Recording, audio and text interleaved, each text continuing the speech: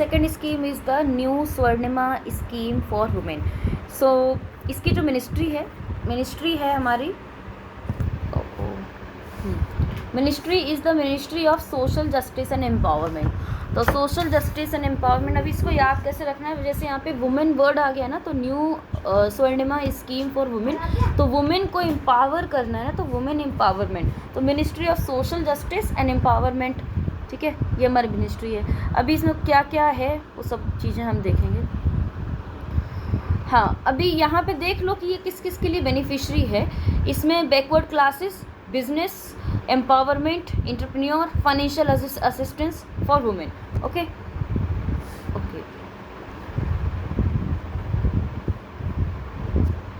Okay fine.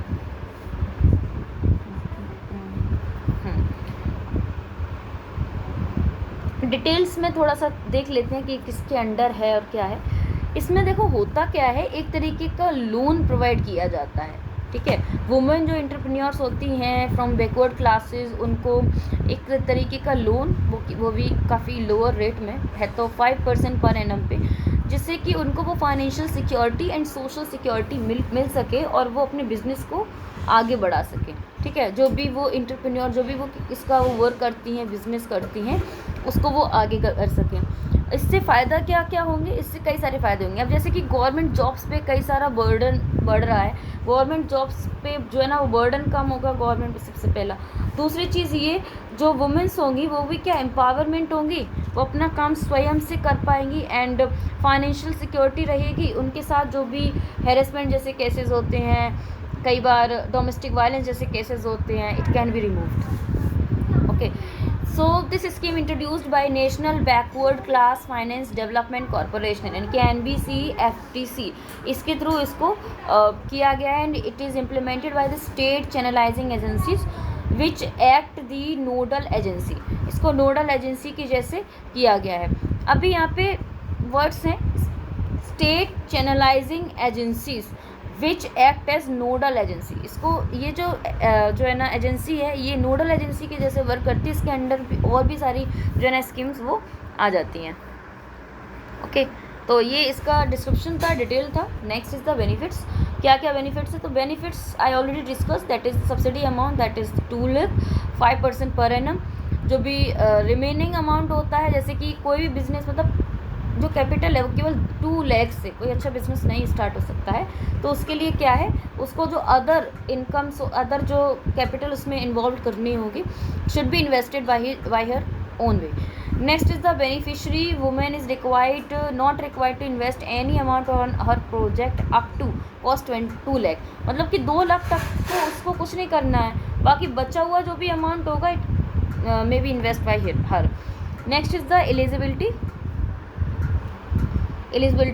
criteria. So eligibility, it must be an applicant and this scheme is for the women, so should be female.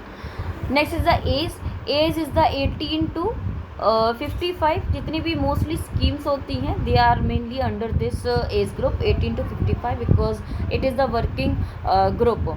Next is the applicant must be entrepreneur because this scheme is to empower the women by their entrepreneurship, and total family income is should be less than 3 lakh per annum, not should be more than 3 lakh per annum.